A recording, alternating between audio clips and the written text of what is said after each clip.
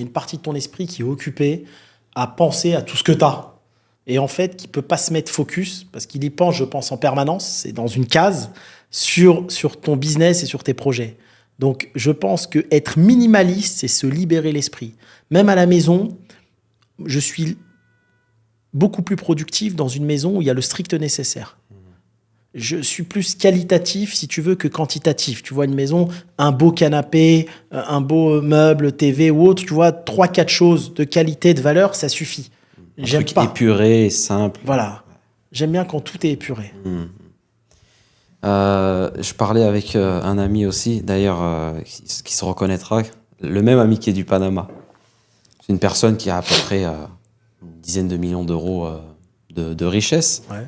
Et des montres, etc. Mais bon, c'est plus parce qu'il aime bien le truc, mais il les porte pas. Et il a une petite Casio, tu vois. Et je lui dis, pourquoi la Casio? Et les gens ne comprennent pas, en fait. La masse ne comprend pas que les gens, ils se disent, si tu as de l'argent, non, tu es obligé de montrer pour que tu... En fait, ça veut rien dire. Le mec, il m'a dit, montrer une Casio, c'est pour montrer, en gros, je m'en fous de tout, quoi. Mais en fait, pas attaché. En fait, les gens qui comprennent pas, oui, c'est les gens qui n'ont pas. Tu vois, c'est tout. Quand t'as pas, tu comprends pas ce que ça procure. Il faut être passé par la case j'ai de l'argent ou j'ai eu de l'argent pour comprendre, en fait. Il y a plein de personnes dans la vie qui cherchent pas les signes extérieurs de richesse. D'accord? Moi, on est là à Marrakech. Pourquoi, quand je suis à Marrakech, je roule en Clio? Parce que je vois pas l'utilité de rouler dans un Classe G à Marrakech. J'en ai déjà un à Dubaï. Je m'adapte à l'environnement local. Il y a des personnes qui n'ont pas les moyens. Pourquoi tu veux que je frime devant ces personnes-là? Je préfère à Dubaï frimer devant les personnes qui ont les moyens.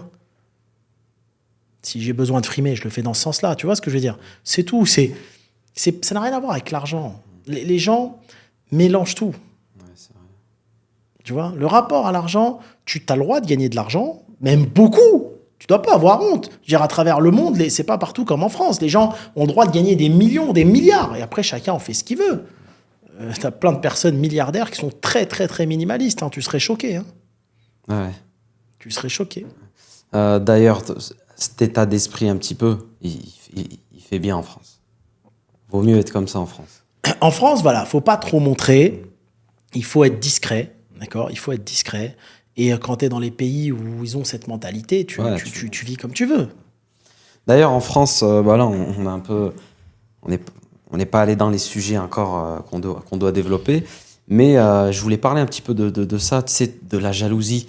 Par exemple, en France, toi, là, aujourd'hui, comment tu expliques que tu as plusieurs personnes qui...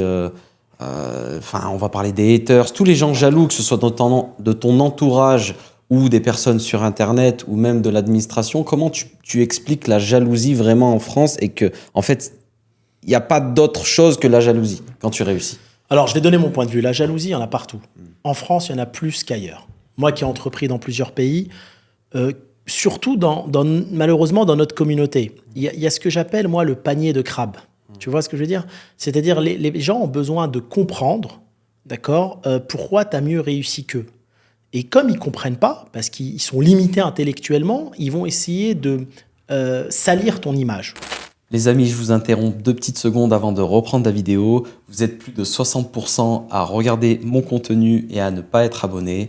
Je vous demande de vous abonner, ça nous donne beaucoup de force pour continuer à faire des vidéos comme celle-ci, à faire des podcasts et à inviter des entrepreneurs pour nous partager toutes leurs valeurs. Alors je compte sur votre générosité, abonnez-vous et je vous dis à tout de suite. Je vais donner 2 exemples. J'ai été une fois avec un ami à une conférence de Xavier Niel. Il a fait un truc très très bien, il a fait ça à Paris, à l'Olympia, et où il disait « Ah, je mange le sang des enfants, je suis un Illuminati, j'ai dans le sous-sol de ma maison à Paris des sorciers avec qui je parle. » Tu comprends? Il mène ça en dérision. Les personnes, 99% des personnes qui ont échoué doivent motiver leur échec.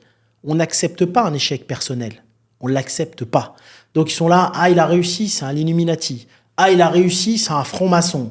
Ah il a réussi, sa mère était prostituée quand elle était jeune. Ah il a réussi, c'est un trafiquant de drogue. Ah il a réussi, son père lui a donné l'argent. Ah ceci, ah ceci. Moi je l'ai vu même dans mon entourage. Les gens ils sont là, t'es un Illuminati. Alors moi, je me fous de leur gueule. Oui, je bois du sang des enfants, des fois, à la tienne. Tu vois. Non, mais c'est vrai. En fait, ils peuvent pas s'avouer que, businessment parlant et intellectuellement, tu vas peut-être être meilleur qu'eux. Ils peuvent pas se l'avouer. Mais l'humain est comme ça. Je vais donner 2 cas de figure. J'ai autour de moi un ami, en plus, qui est banquier d'affaires. Et on parlait d'un autre ami en commun qui vient de vendre son entreprise 60 millions d'euros. J'ai dit, t'as vu, c'est bien et tout, il l'a vendu et tout, bravo et tout. Il me dit, mais non, c'est des conneries, nanani, il n'a rien vendu du tout, il bluffe. Mais j'attends. Je dis, il a vendu. Il m'a acheté à moi-même 4 apparts à Paris. L'argent, il tombe pas du ciel et c'était pas des prêts. Donc il a vendu, il a acheté. Non, mais je sais pas, on lui a prêté de l'argent.